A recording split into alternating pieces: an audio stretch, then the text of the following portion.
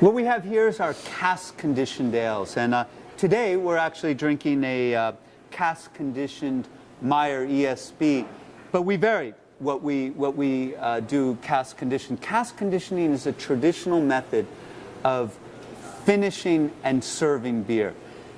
We finish it in that we take a completely fermented beer, we mix it with a fresh, newly just about to ferment beer, just a teeny amount.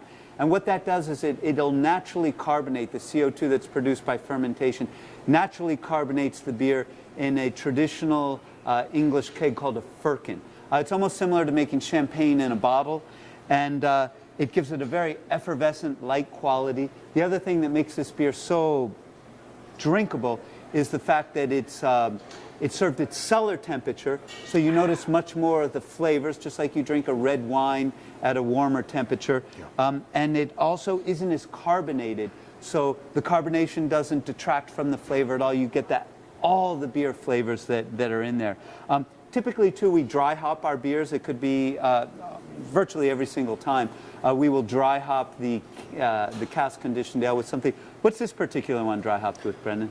Actually, it's a blend of Fuggles, which is an English hop, and cherry bark. Because eventually, sometimes we actually add things besides hops to it. So we use spices such as wormwood, the cherry bark, as I just mentioned.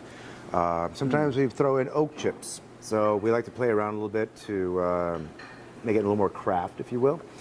But this particular one is Fuggles and cherry bark. And the cherry bark gives it sort of a nice kind of fruitiness to it, if you will. A real traditional English ale. They would call it a real ale because... Yeah.